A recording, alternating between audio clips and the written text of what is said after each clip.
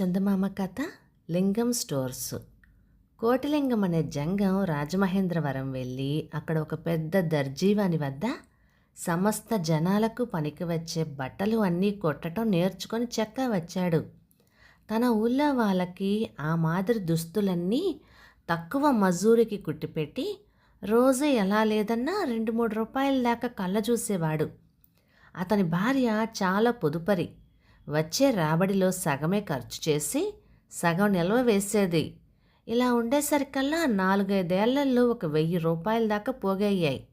ఆ 1000 రూపాయలు పెట్టి వాళ్ళు ఒక మంచి భూమి కొనుక్కున్నారు. రోజులు సుఖంగా వెడుతూ ఉండగా ఇంతలో యుద్ధం వచ్చి మిలిటరీ వాళ్ళకి దుస్తులు కొట్టడానికని కాంట్రాక్టర్లు బయలుదేరారు. ఎక్కడెక్కడ దర్జీలని బోలెడంత ఆశ చూపి కాంట్రాక్టర్లు లాక్కుపోసాగారు. ఇక్కడ ఎంతకాలం ఉన్నా రోజు 2 రూపాయలు రావటం దుర్ఘటం. నాతో మద్రాస్ రా, నెలకు 200 ముట్ట చూపుతాను అని అంటూ ఒక కాంట్రాక్టరు కోటిలింగాన్ని చెన్నపట్నం లాక్కుని పోయాడు. చెన్నపట్నంలో 300 మిషన్ల మధ్య మిషను పెట్టుకొని రాత్రనక పగలనక కోటిలింగం పంట్లాములు కోట్లు కుట్టేవాడు. కుట్టగా కుట్టగా అతగాడి మెదడులోకి ఆలోచన ప్రవేశించింది. శ్రమంతా మనం పడుతూ ఉంటే చూస్తూ ఉండగా లాభాలన్నీ కాంట్రాక్టర్ కొట్టేస్తున్నాడే, మనంతట మనమే ఒక చిన్న కాంట్రాక్ట్ తీసుకుంటే ఇంకా ఎక్కువగా లాభాలు సంపాదించవచ్చు కదా అని. ఈ ఆలోచనతో అతడు ఆ పని మానేసి తనే ఒక చిన్న కాంట్రాక్ట్ తీసుకున్నాడు. కాంట్రాక్టర్లకి గుడ్డ కొనటానికని పెట్టుబడికి డబ్బు కావాలి కదా. కోటిలింగం భూమి అమ్మేసి సొమ్ము తెచ్చాడు. మొదట అతని భార్య భూమి అమ్మేయవద్దని గోల పెట్టేసింది. కానీ కాంట్రాక్టులో 5,000 లాభం రాగానే ఉబ్బి తబ్బిబ్బయి ఆ 5,000 పెట్టి మళ్ళీ భూమి కొనేయమనింది. కానీ అతడు ఎంతమాత్రం ఒప్పుకోలేదు. జోదంలో గెలిచిన వాడెప్పుడూ ఆ డబ్బుతో తృప్తిపడి వెళ్ళడు. ఇంకా ఎలాగైనా గెలవాలన్న ఆశతో కొత్త పందాలు వేస్తాడు. అలాగే కోటిలింగం కాంట్రాక్టు మీద కాంట్రాక్టు పుచ్చుకొని కోటీశ్వరుణ్ణి అవుదామనుకున్నాడు. కానీ దురదృష్టవశాత్తు అంతలోనే యుద్ధం కాస్త ఆగిపోయింది. దానితో గుడ్డల కాంట్రాక్టులు నిలిచిపోయినాయి. అయితే చేతిలో డబ్బు ఆడుతోంది కనుక దాన్ని వ్యాపారంలో పెట్టుబడి పెట్టి లాభాలు తీయాలి అన్న ఉపలాటం కూడా ఎక్కువైపోయింది కోటిలింగానికి. ఆలోచించగా రెడీమేడ్ బట్టల షాప్ పెట్టాలని తోచింది. తోచడమే తడవుగా బజార్లో ఒక పెద్ద హాల్ ఒకటి అద్దెకు తీసుకొని లింగం స్టోర్స్ అని బోర్డు కట్టి వేలాడతీసి జోరుగా వ్యాపారం సాగించాడు. అంతటిలో అతడు ఊరుకోలేదు. ఆ హాలుకి సమీపంలోనే ఒక సందులో మరొక ఇల్లు అద్దెకు తీసుకొని అక్కడ మిషన్లు పెట్టించి రకరకాల దుస్తులు తయారు చేయించి అద్దాల బీరువాలల్లో పెట్టి అమ్మేవాడు. వ్యాపారం బాగానే సాగింది. కొన్నాళ్ల పాటు ఉన్నట్టుండి గుడ్డవెల సగానికి సగం పడిపోయింది. కోటిలింగం ఎక్కువ ధరకి గుడ్డ కొన్నాడాయే.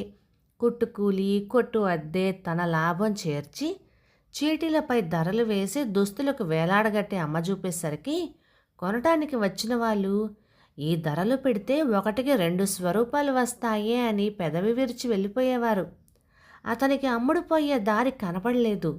పని వాళ్ళ జీతాలు అవి అప్పు చేసి ఇవ్వవలసి వచ్చింది. నష్టం రాకుండా బయటపడడం ఎలాగా అని కోటిలింగం శత విధాల ఆలోచించాడు. స్వరాజ్యం రాకపూర్వం మద్రాసులో గుమస్తాలు కూడా సూట్లు వేసేవారు. స్వరాజ్యం వచ్చాక ఉద్యోగులు కూడా కొందరు సూట్లు మానేశారు. అందుచేత ఆ లింగం స్టోర్స్లో తక్కిన అన్నిటికన్నా సూట్లు మాత్రమే ఎక్కువగా మిగిలిపోయాయి.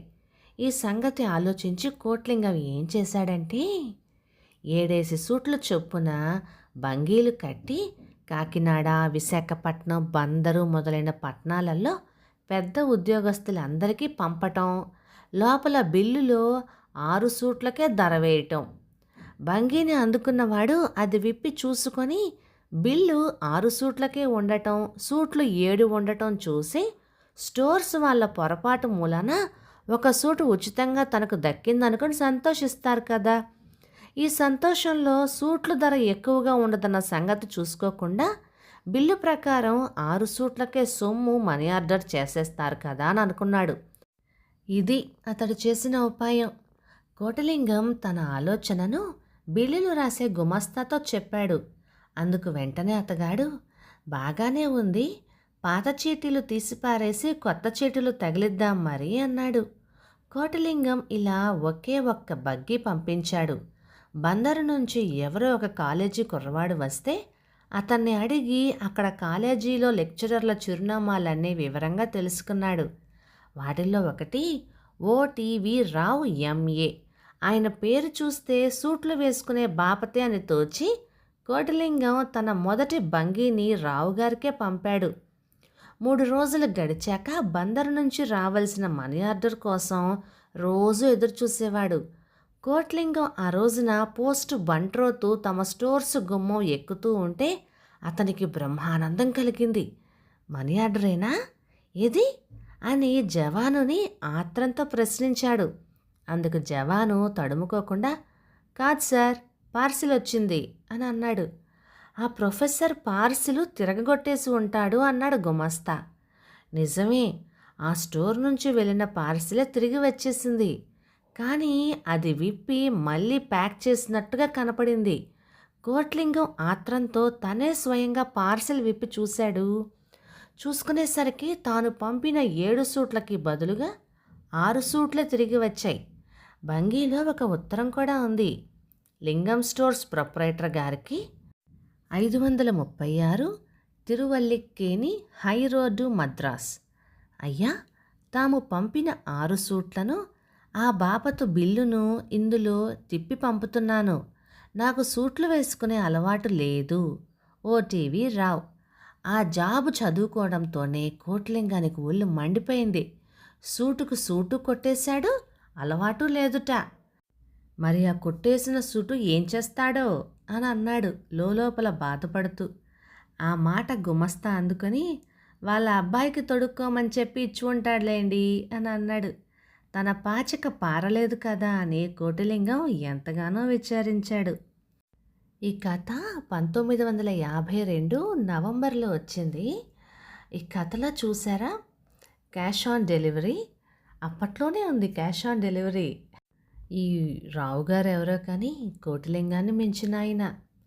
కథ బాగుంది. ఇక ఈ కథ చెప్పానుగా, 1952 నవంబర్ చందమామలో వచ్చింది. రచయిత ఆర్ పట్టు గారు, హైదరాబాద్ నుంచి. ఇక ఈ కథ మీకు నచ్చినట్లయితే లైక్ చేయండి, షేర్ చేయండి. కథ ఎలా అనిపించిందో కామెంట్ కూడా చేయండి. ఇక ఇలాంటి మంచి తెలుగు కథల కోసం మన ఛానల్ని సబ్స్క్రైబ్ చేయండి. Thank you.